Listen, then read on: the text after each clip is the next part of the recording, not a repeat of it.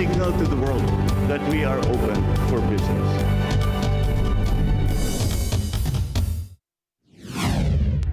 We are now open for business.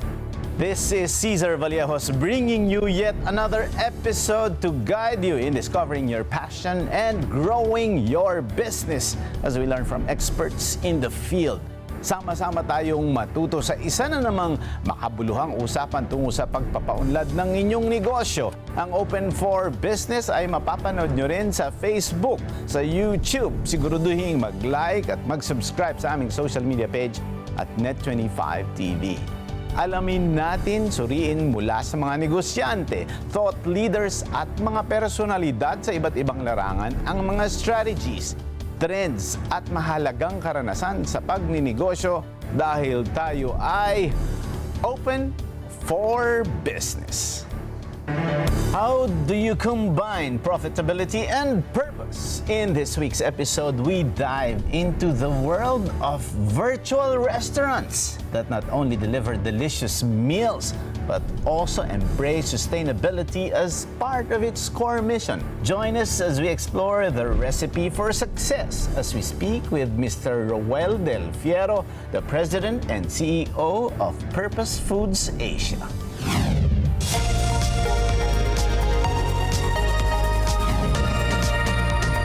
𝗗𝗶𝗴𝗏𝗏 bringing you business news and information here on Open for Business. Plane ticket prices to ease in October for travelers for the upcoming holiday breaks are in for a treat from October as the Civil Aeronautics Board, also known as the CAB, ordered airlines to cut fuel surcharge rates to their lowest this year. Currently, the airlines pass a fuel surcharge of level 5 onto consumers, and they are ordered to bring it down to level 4 this October, according to an advisory from the CAB. On level 4, airlines can only add a fuel surcharge within the range of 117 pesos to 342 pesos for domestic flights, and from 385.70 pesos to 2,867.82 pesos for international flights. The CAB also pegged the currency exchange rates for bookings made in other currencies to 56.67 pesos to $1.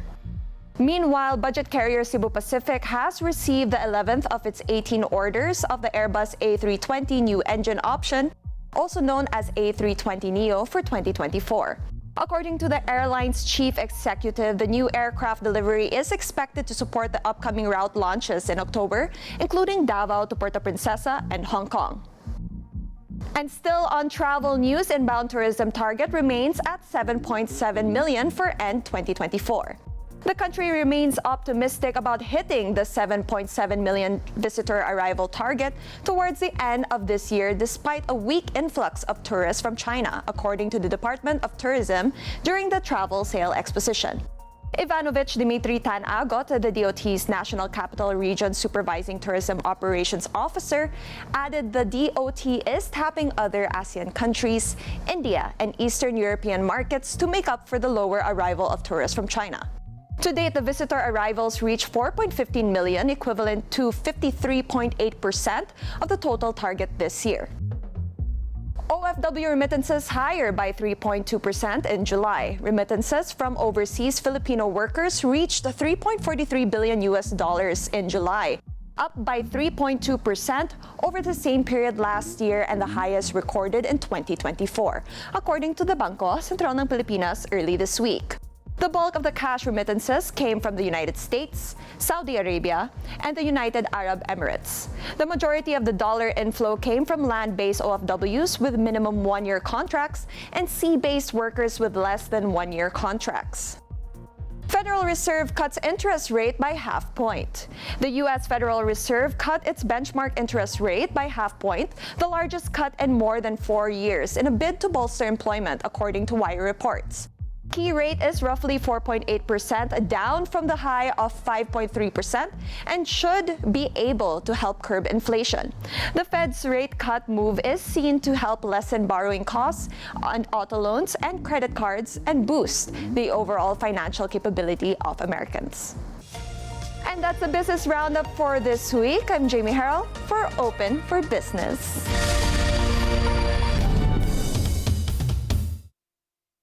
This portion is brought to you by Supreme Pure Organic Barley by Levex. First alkaline-based pure organic barley. Every sip is full of beneficial nutrients. Wag basta barley, dapat alkaline-based Supreme Pure Organic Barley.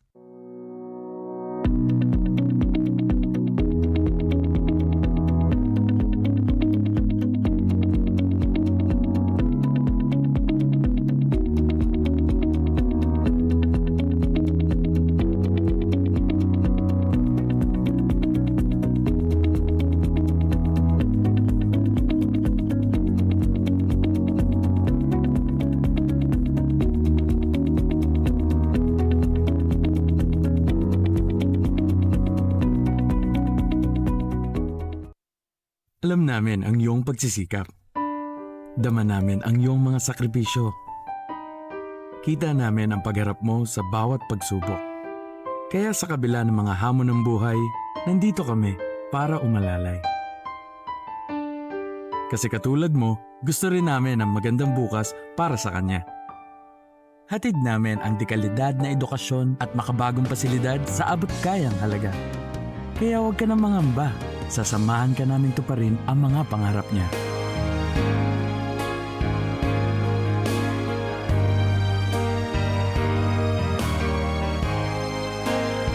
Maaasahan mong sulit dito ang mga pinagsikapan mo. Sa aming mga makabagong pasilidad at sistema ng edukasyon. Mailalabas natin ang aking talino at mga kakayahan niya.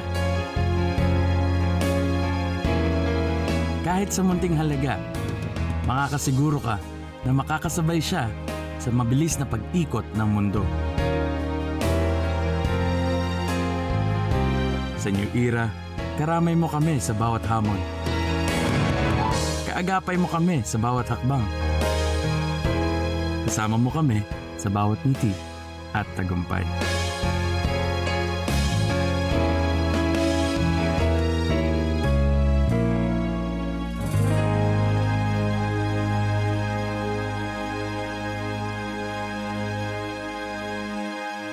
This portion is brought to you by Northview Solutions. Let us build it for you.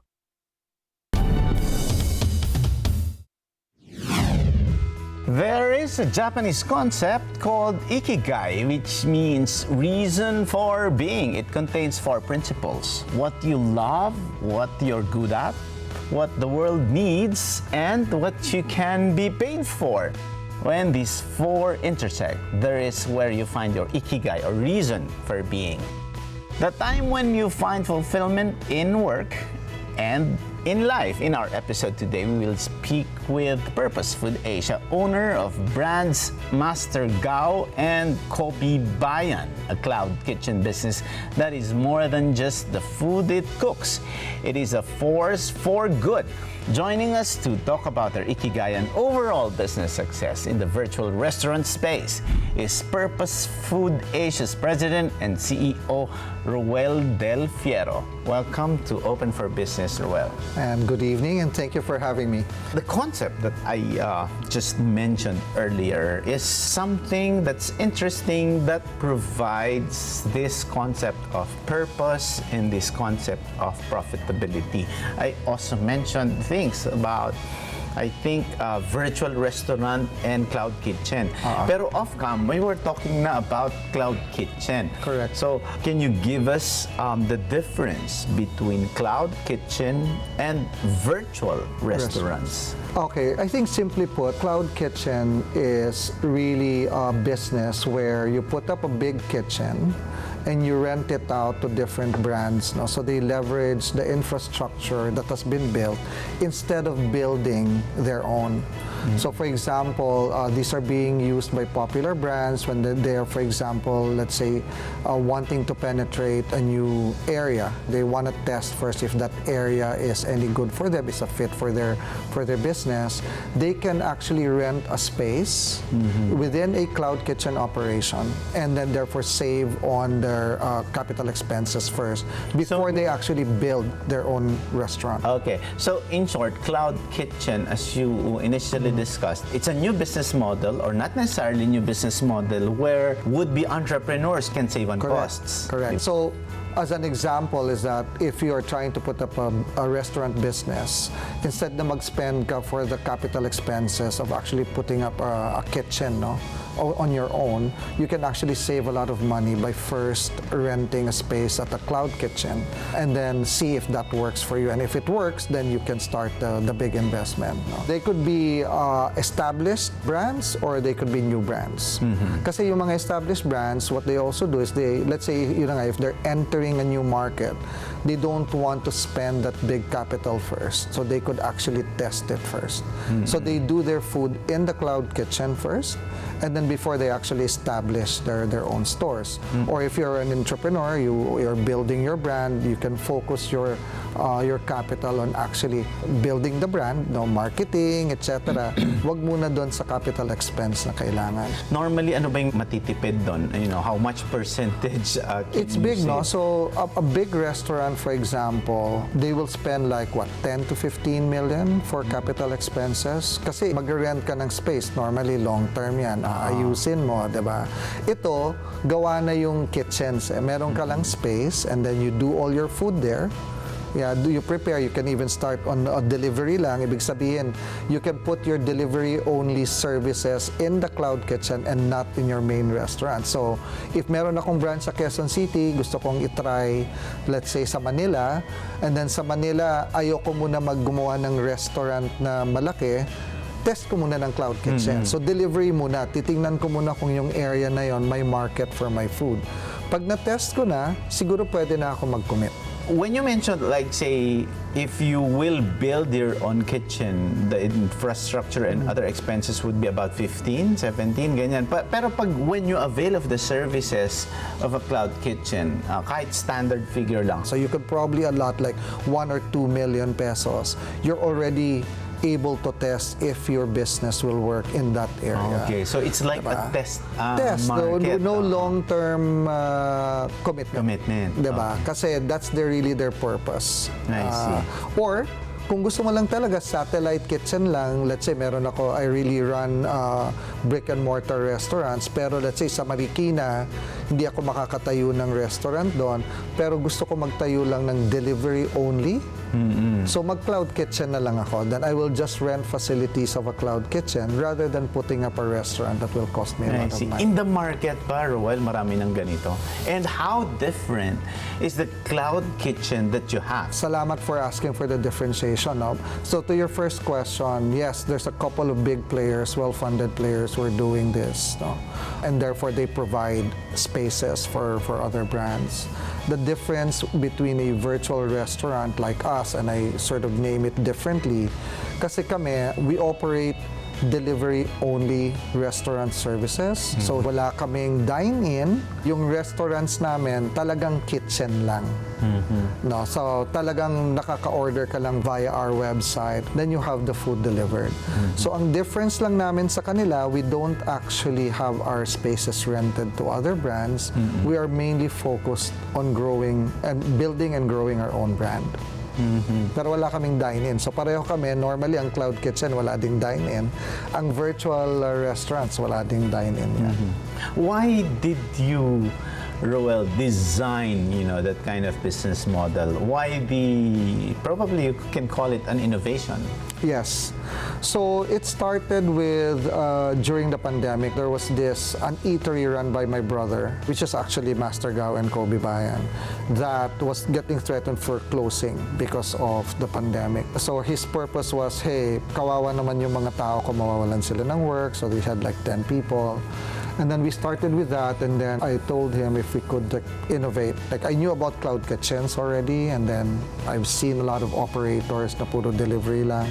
So I said, why don't we try it? But then we wanted to design it in an industrial scale, no? Yung kaya namin mag-grow not just from, 2 remote restaurants into like really making it into a chain. The first thing was really business. Like we're thinking, hey, there's an opportunity to do this. The second was for me, your intro on Ikigai. I think I was at the stage that I was also looking at how do we make better impact in the environment. And I think that was really triggered by the pandemic. You're rethinking purpose, like how can you sustainably impact the environment and the people around you. So we started innovating our business model across those two. We have to make money at the same time actually make an impact.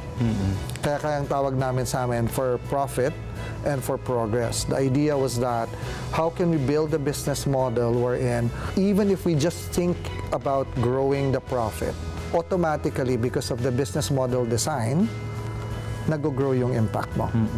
And we built our values on Purpose Foods around that. Na parang, okay, let's select anong gusto nating i-impact. And for F&B sector, ang main impact na gagawa mo is mainly really to the people that work for you. I'm just curious on the behavior now of the market. You mentioned about this business model that really happened during the pandemic. Logistics, deliveries, you're there, and it has been sustained. As a matter of fact, even diba, it soared. Even the big brands are doing that. But don't you see also that people are going back to the normal, mall. They want, parang we're going back to the pre-pandemic levels, diba, in a lot of things. But as I see it and as I experience it, because syempre in our family also, diba, parang instead of going out, okay, let's order, diba? That's already part of our lifestyle. But how do you describe now the behavior of the consumers? Na may nababalanse ba yun? So, it's a great question actually. It was a question that we had to parang assess whether we will continue to invest kasi baka build ng virtual restaurants. Yun pala, the behavior will be they're gonna go back to the malls and so on and so forth. I think there were a few things that really encouraged us to keep on moving forward. So number one, we decided na we were gonna target mainly the comfort food sector. So, unang-una, hindi kami fast food, like real hot food yung sinaserve namin. Comfort food, so yung mga generally Filipinos love food, gusto nila rice-based meals and so on and so forth. Kailangan mainit. Ang first na ginawa namin, we will target a broad market and see. Second is, I think there's been a change in the way people work because of the pandemic. So, maybe half of the population are actually now working from home, particularly in Metro Manila. Everyone's hybrid, and when you're actually working hybrid, you don't actually cook anymore. Lalo na, diba? We had a hypothesis that it was gonna continue, but we weren't sure, right? So in fact, we only built most of our restaurants after mid-2022, nung nag-relax na, we were looking at, is the trend gonna continue? And then thankfully, based on our numbers, it has actually grown quite significantly. So mukhang lumalaki yung market. Tsaka nasa-sustain. We also suspect, because of the demographics of the Filipinos, the median age is only 26 years old. So the workforce are actually young. Younger na, Younger, they want to be independent, they live in the city. So mga niyan, couples, hindi ito yung type na mas matipid magluto. Bibili ka ng ingredients, mabubulok, and then you wash afterwards. So again, all these hypotheses will only be worthwhile to really see in action. And our numbers basically show that, this is sustainable. And actually, research has shown that virtual kitchens is going to be the fastest growing segment in the food service arena. So parang mas mabilis siya mag-grow kaysa sa putting up physical restaurants, for example. So the ordering of food is going to just grow faster in terms of volume. Is that a global trend, or you observe that here in the Philippines now? They have a survey country by country. It's been pretty much consistent in Southeast Asia, so I'm like focusing on that.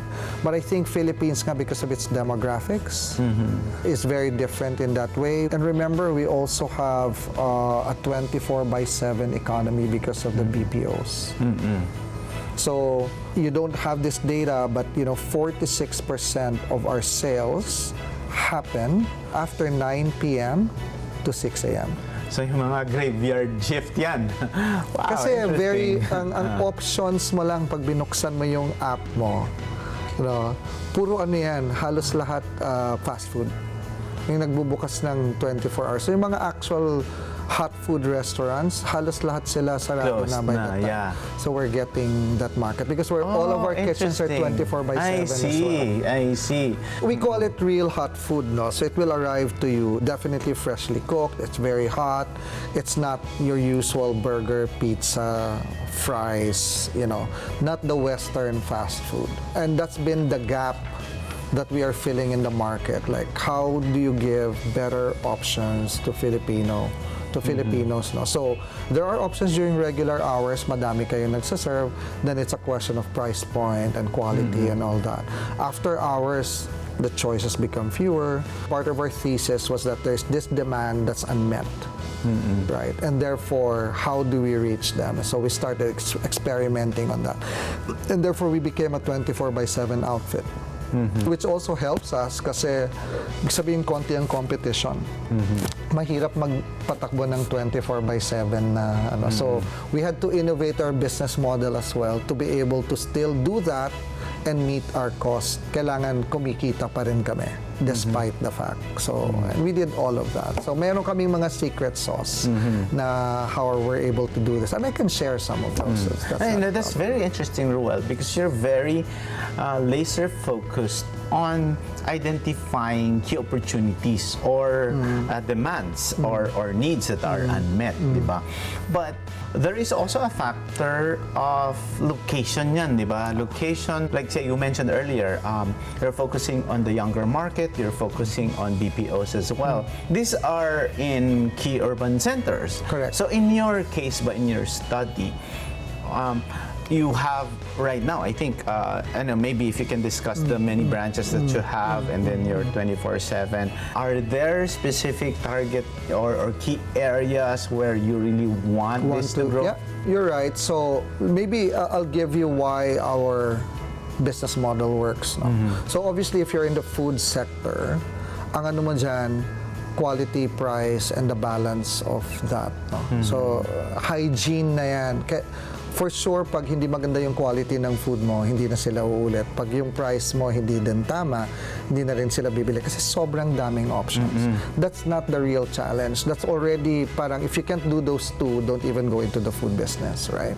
But it's really how do you consistently provide and reliably provide that service.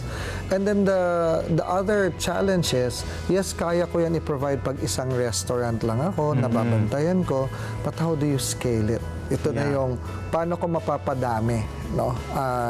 Na mapoprovide ko yan kahit magtayo ako ng 50 restaurants.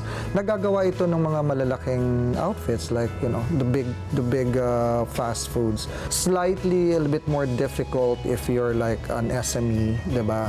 Capital is limited. So for us, we really rely on people. For them to be well trained. And sa F&B, medyo mahirap kasi ang F&B mataas ang turnover ng mga tao. So ang isa sa mga namin is how do you make sure you are able to retain people? If you cook Filipino food, mahirap siyang gawing station by station. Kasi kailangan mo ng malaking operations. Hindi naman kami ganon. So kailangan yung magaling ang pagka-train ng mga tao namin, and we should aim on ensuring that we attract and retain them. So the hard part is how do you retain these people? Diba? Tinrain mo ng 3 months tapos mawawala ka. So isa yon sa part of our mission, as we said, na parang we go after the marginalized sector. In fact, wala kaming criteria na kailangan educated ka, kailangan may background ka in cooking before you join us. You just need to be masinop and willing to learn. So we don't even care about educational background and all that. They can join us. We will train them. We will even house them. While they're on training, they get paid. If they pass the training, they have a job. Wala kaming concept ng contractual. All of our staff have a path towards regularization. Over 130 of our staff, siguro mga regular na dyan, over 100 at this point. And because of that, so they also live with us mostly. We subsidize their food, right? So which caters to, again, our 24/7 nature. So kaya namin gawin yon. So therefore, our staff stays longer. Because yung net pay na nila actually is likely mga 20 to 25% higher Kasi wala na silang problema sa food, sa kuryente, sa tubig, etc. Diba? So they can do that if they work with us. So our attrition has been very low. So yun yung isa sa secret na kung gusto mo sustain yung quality ng food mo, palagaan mo yung mga tao mo. Pag nalagaan mo yung mga tao mo, then you have a consistent quality. In fact, our ratings for our stores is 4.7 on average across all our stores. 4.7 out of 5. That's very rare. What is very interesting there is there's only a few talaga who do this, and some are just lip service. Correct, In your correct. case, I can sense that, from the get-go, from the start, parang you studied how to create, as you mentioned, both profit and progress. yeah. But what is your inspiration there? This is so linked to, my values as well. And I think as I got older, and then there are different ways of paying back, right? I'm really more of a business person. That's really where my strength is. I can scale businesses, I can manage them. But what has been lacking when I decided to pivot to, do only things that also impact the society and the environment in general, I thought of it that the best way is to leverage on my own strengths, so I can build businesses. But if the businesses are really just profit-centered, then, iba siyempre yung values, no? So I really had to take a look at how do I innovate the business model such that even if I push for high profitability, that automatically nag-i-impact na siya. Food is a traditional business model. A restaurant is a traditional business model.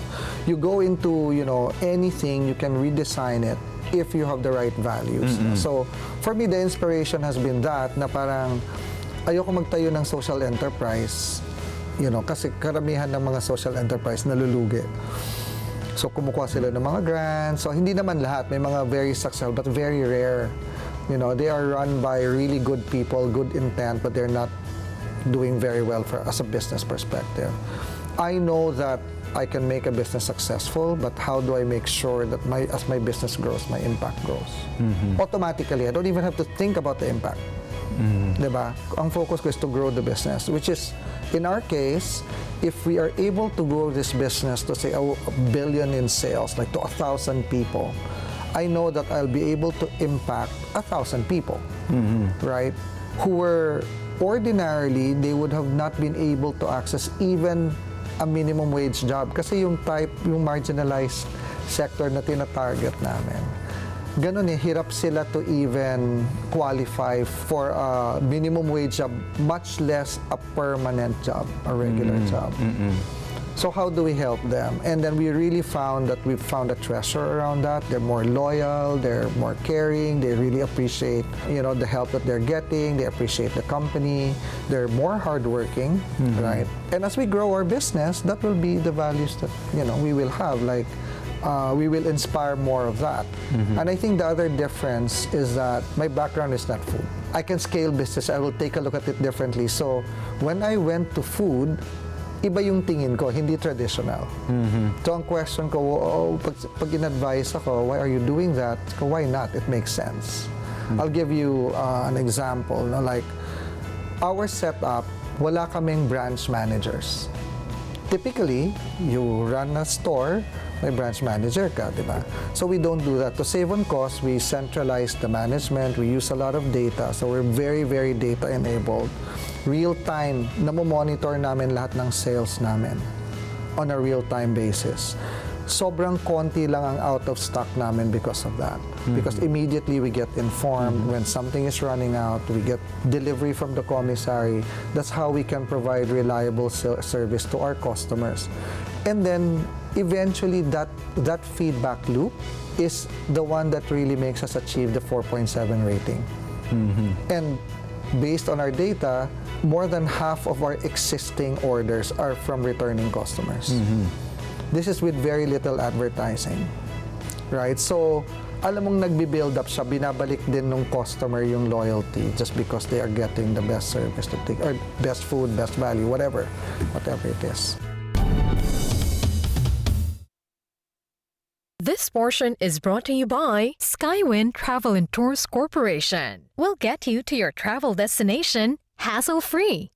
𝗦𝗁𝗁 Supreme Pure Organic Barley. It is 100% pure organic barley straight from Australia. Certified super brands. The first alkaline-based barley in the Philippines. High pH level, 7.9 alkaline level, 68 micronutrients, non-acidic. It helps boost immune system, improves digestion, high in antioxidants, regulates blood sugar level and cholesterol. 𝗏𝗏𝗏 Barley, 𝗗𝗏𝗏 alkaline-based supreme pure organic barley.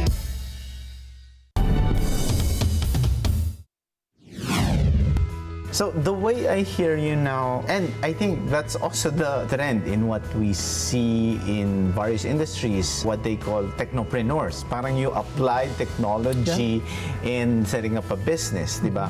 Because as you said, you're into innovation and technology. Marami na bang ganyan din sa food business? The big ones are certainly doing that now. Yung data nila is real time and they're doing all of that. No? So, and I think everything is technology enabled. You will see later on that AI will play into a lot of these things, and it will enable a lot of things. And even for us, like if we could predict, for example, our inventory or even our customer service, that we could put technology behind that, I will probably be a first user. Madami ngayon because of the need to compete. Food margins kasi are thin eh. So you have to stay ahead of the game. The price points that people can afford is like this because of inflation. So all your costs and ingredients are going up.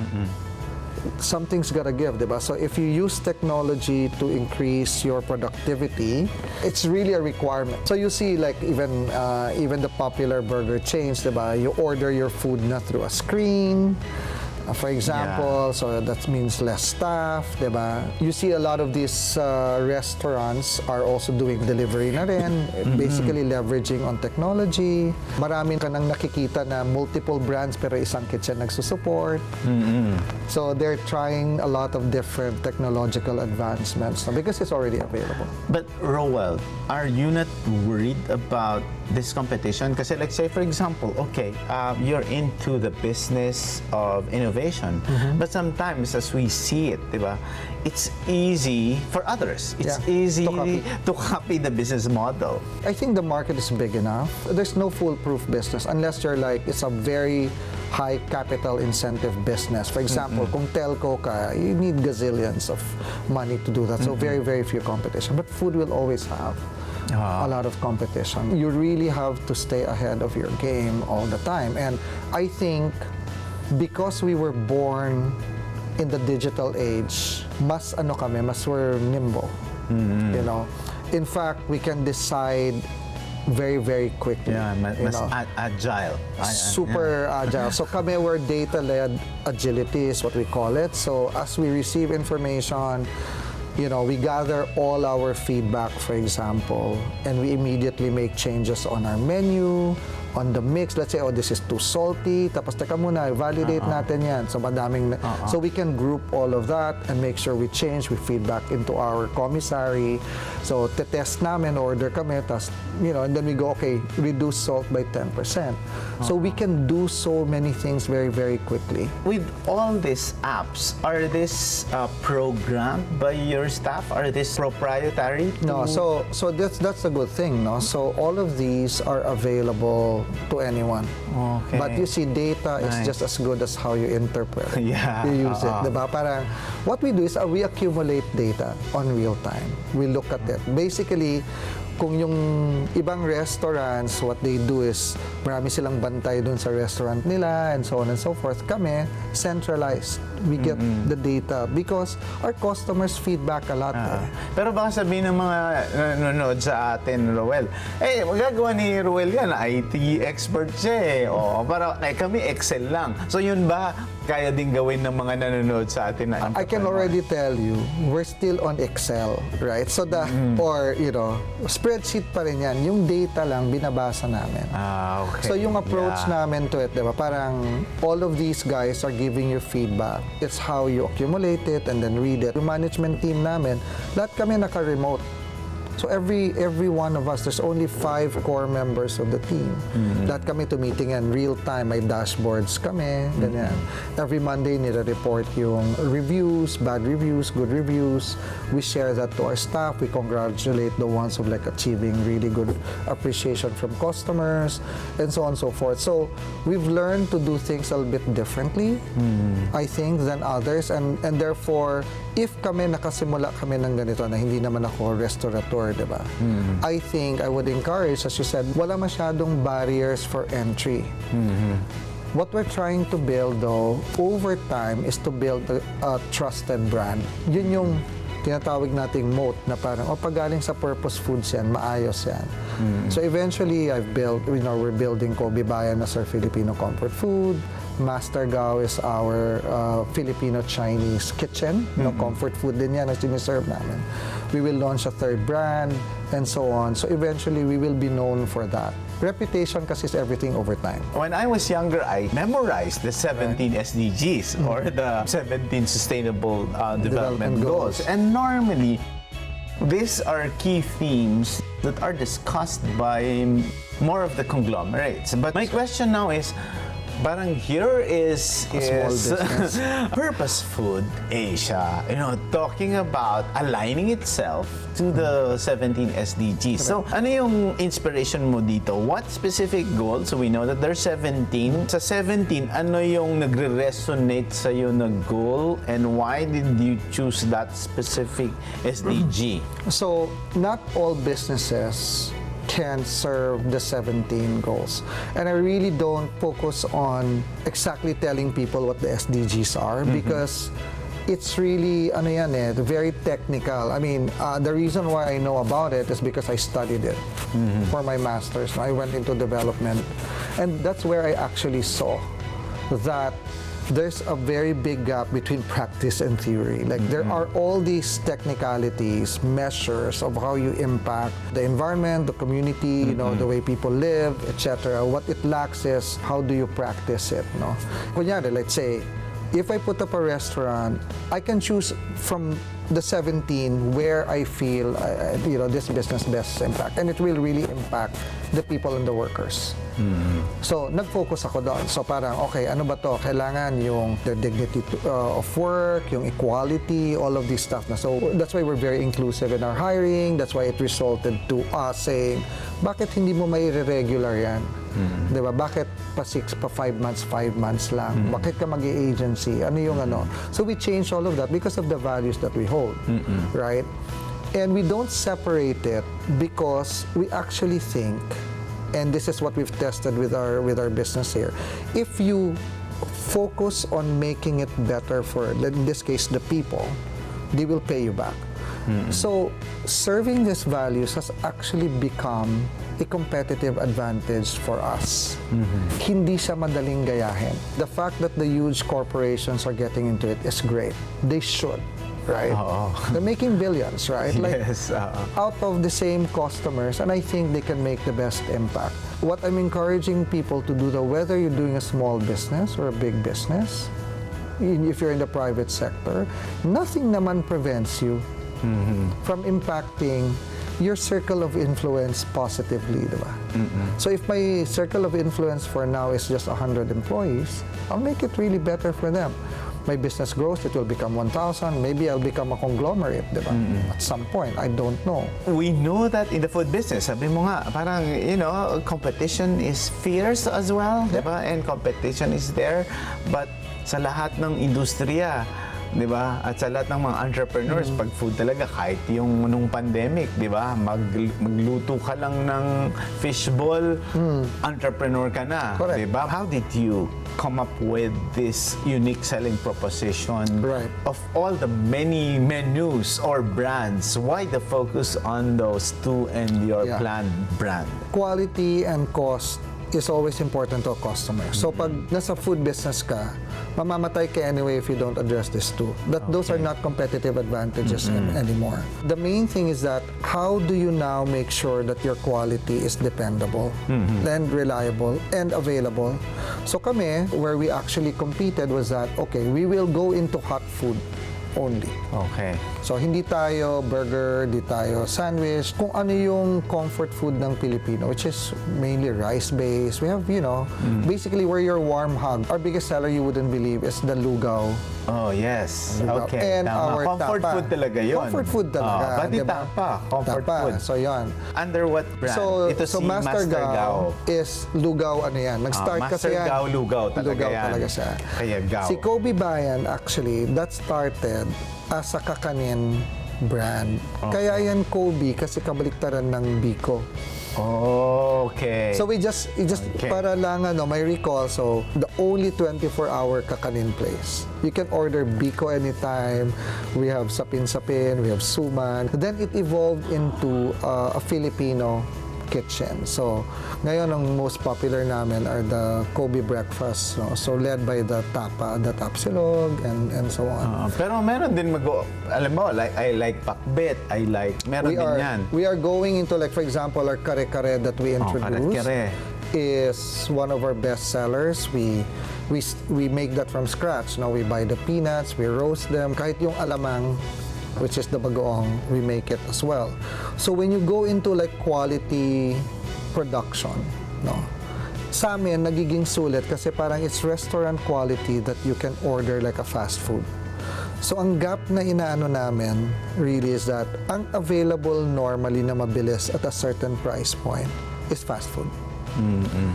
Ito hot food, quality hot food that is available all the time. On demand, as we add more items on our menu, kung ano yung mga favorites ng mga tao, we see that the people are following it. The harder part is ensuring you're able to deliver consistent quality all the time, and then expand it, let's say, across our 13 branches now, lahat the same. How do you create a template, the quality is maintained, and the cost is brought down. Yun yung medyo challenge. I still encourage, like the small restaurants, yung mga home-based, and I think those are great, but they can only serve a certain group kasi. Kami, we're in the scale business. What's your parameter in choosing your menu? Is it from the feedback of the customers? So we are known for our classics. Kasi nga comfort food So, lahat ng nostalgia, comfort diba? food. Isa-isahin namin yan, let's say. And then there are regional favorites. Eventually, we will come up with regional favorites. The Filipinos also, yung kanilang comfort food, hindi na lang Filipino food. So you will see us later on seeing na, let's say, some Korean food or like Korean, Japanese, na sa kanila, di ba? So, yung mga popular Asian comfort food, we will be introducing that. In fact, we are going to launch a new brand siguro 3-4 weeks from now that will feature different comfort foods from Asia. Wow. So yun naman yung next namin. So that's another brand that we will launch and that will be introduced slowly across all our brands. So far you have two, Master Gao and 𝗗𝗵𝗴𝗏𝗏𝗏. 𝗗𝗵𝗴𝗏𝗏. And then what's the third? The third is called Bistro Bowl Star. Okay, which features? These would be Asian favorites, rice bowls, kaya bowl stars. Let's say sa Japanese, ano yung masasarap na Japanese, ano yung masasarap na Korean, na comfort food sa yung mga Pinoy are very friendly na to it. So we will have a selection of those, like a good range. We will start with 20 different dishes that will be available.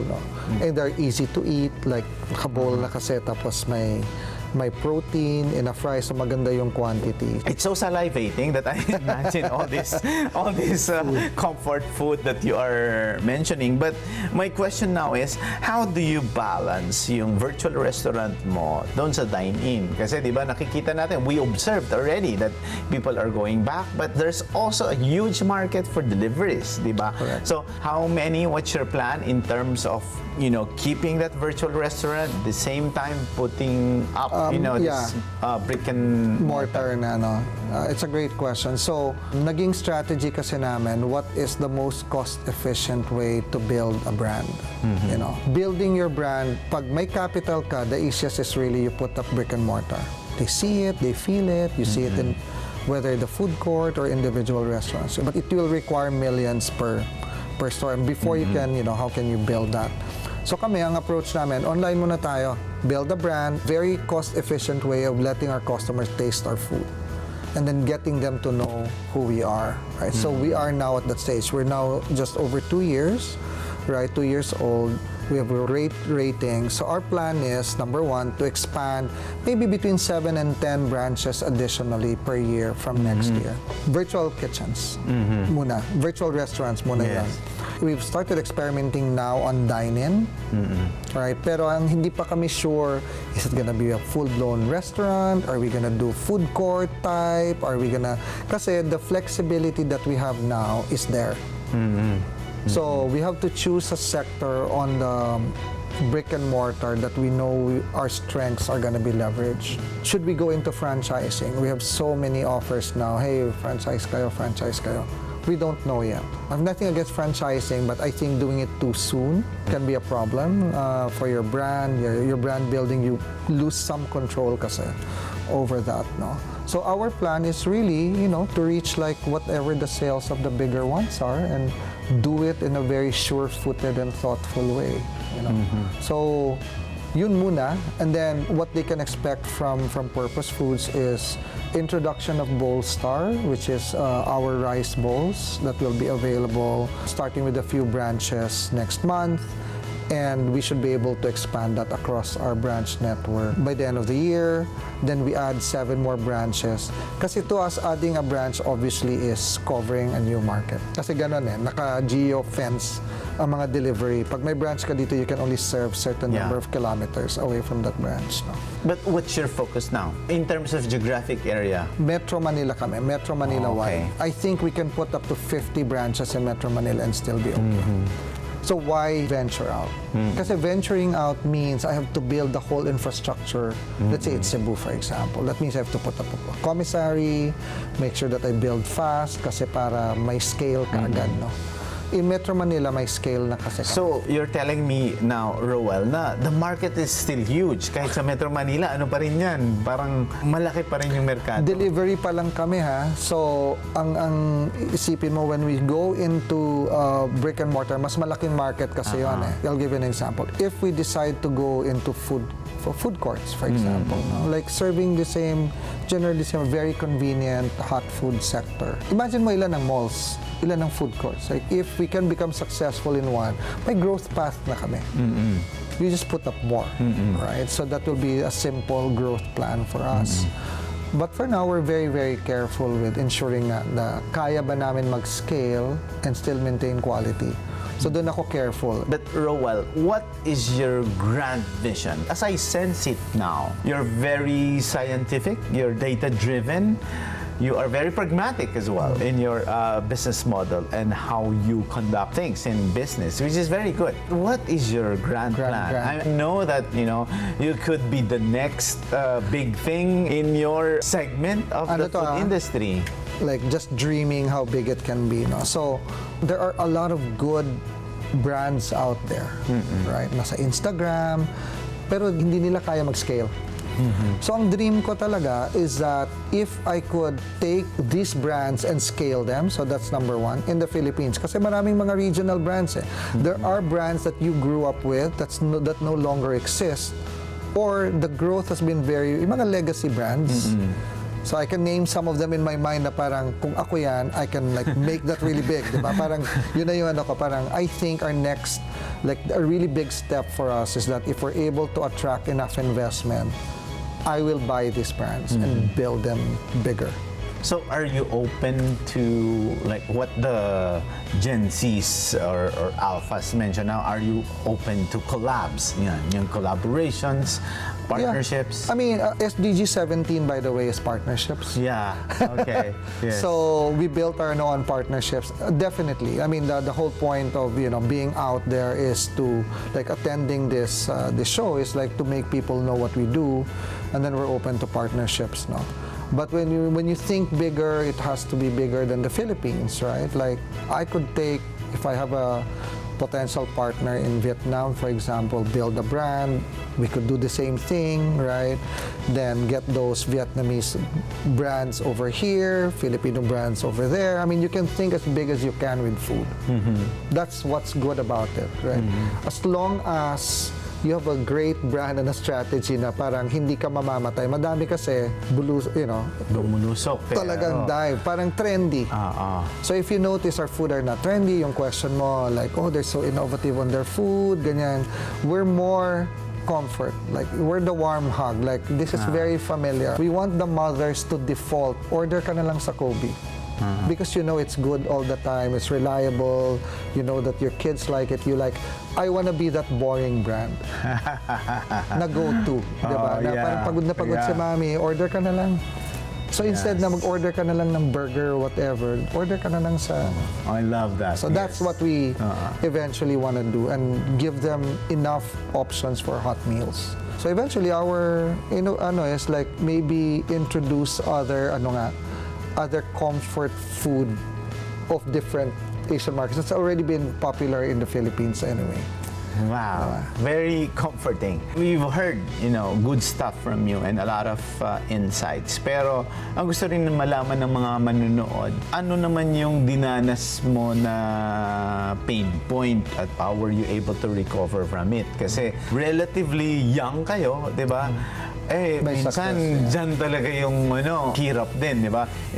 With some talagang, for them to really establish that brand, sila mismo hands-on, di ba? In your case, what were the major pain points and challenges that you experienced before reaching this growing level? Ako personally, I had to switch from being 30 years of corporate. Loved doing it. I was successful. I was making enough, which allowed me to actually parang experiment on this. But I think that was the hardest, just the switch.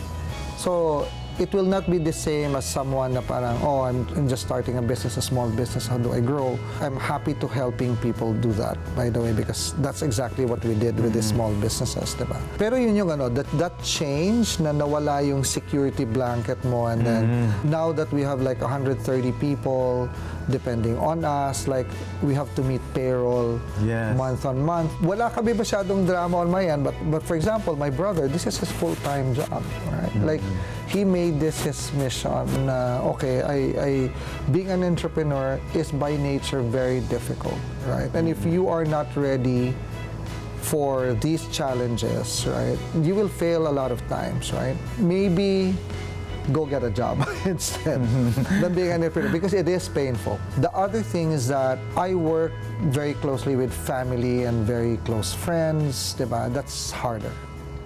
Because part of our mission is also the people closest to us, which is family, and then when they ask help from you every now and then, what I do instead is offer them a job. You need help? I'll give you a job. That's part of our mission. So working with very close friends and family and running a business is very challenging on its own. Capital is obviously an issue in the beginning. Nung yung cash flow namin hindi pa maganda, kasi nagsisimula ka pa lang. Hindi mo alam kung okay ba to, hindi ba to, diba? Nagpatayo kami ng 𝗗𝗶𝗴𝗶𝗲, di pa kami nagbebenta. Parang, paano kaya yan? But it's the perseverance naman of a lot of people around me is very, very encouraging. And the mission makes it worth it for us at the end. I agree. This conversation has been very fulfilling because somehow, there's purpose in it. And I salute the people behind PurposeFoods Asia for making the SDGs and sustainability as the foundation. Okay, now Rowell, ano naman yung mga tips natin sa mga startups, sa mga entrepreneurs? I think number one, ibang-iba na yung economy ngayon. So hindi nyo kailangan ng malaking kapital para mag-start magnegosyo. You can actually leverage a lot of available technology and platforms out there, and you don't have to put big capital just to start a business. You will be very surprised how much we started with in this business and how much it is worth now. And all we did was actually leverage the existing technologies. That's there, available yan for all, whether that's Facebook, whether that's mga apps, ginamit namin yan lahat. So that's number one. Second, don't be afraid to experiment. Kailangan lang bilisan nyo. Ibig sabihin, yung sinasabi nila na fail fast, totoo yun. You can plan for a year and not really know if your business is going to be successful. I think the easiest way for you to learn is to test it with the market. Test mo, i-out mo, kasi Kung mababa lang naman ang kapital para mailabas mo yan, ang pinaka-reliable way to understand if your product or your service is gonna be a hit is to actually ask the actual buyers. Diba? Kung nag-respond sila, damihan mo. Kunyari, positive yung response, damihan mo yon. Kung hindi sila nag-respond, alisin mo na kagad yon. So, response mo mabilis. Hindi katulad ng mga lumang negosyo na ang tagal, tapos nalugi ka na, tapos hindi ka na makabangon. So, wag masyadong madaming objective, 2, 3 objectives at a time, then focus, test it out in the market, fail fast, and then iterate. Develop mo lang ng develop. Eventually, you'll hit a mark, and then that's it, It's a much cheaper way to achieve success and growth in this business. Well said, Rowell. At bago tayo matapos, saan sila mag-order ng comfort food? Be it the Filipino classics or the Chinese favorites, where will they go if they want that? B1, So this year is a pivotal year for us. This year we will have over 1 million items sold from our business. We also have a website which is PurposeFoods.ph. So you can order from our website or 24 hours via the popular food delivery apps. So, yun yung best way to reach us. Or, pwede nyo din puntahan yung Facebook namin, hanapin nyo lang yung 𝗗𝗶𝗴𝗶𝗲, tsaka 𝗏𝗏𝗏𝗏. Kung ayaw nyo ng apps, pwede kayo mag-order doon, mag-message lang kayo. Tapos, we will take care of the delivery. Order tayo mamaya. This has been a very interesting conversation with the President and CEO of PurposeFoods Asia, Mr. Rowell Del Fierro. Open for business. We'll be back. Stay with us. This portion is brought to you by Pure Gold. Sa Pure Gold, always mura, always kompleto, always may promo, always panalo.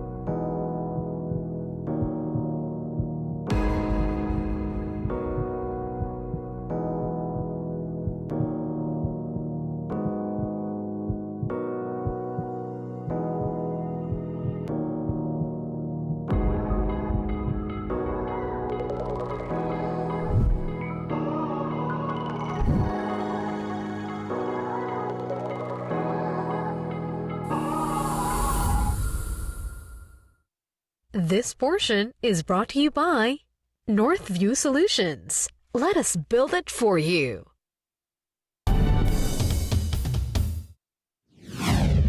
Maraming salamat sa iyo, Rowell. Thank you so much. At maraming salamat sa isang oras na pagsama sa amin upang tunghayan ang isang makabuluhang usapan ukol sa negosyo dito lang sa Open for Business.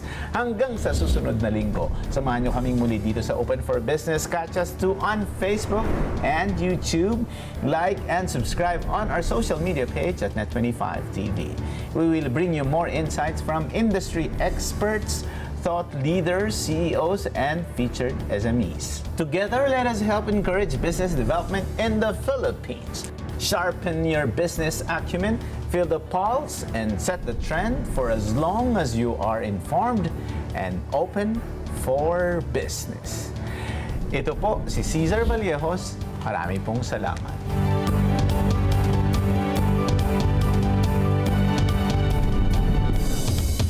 Mga ka-Net25, this is 𝗚𝗏𝗏𝗏𝗏 of Open for Business. For more updates, just click the subscribe button and follow us on Net25 social media pages at Net25 TV and at Net25 Entertainment Facebook pages.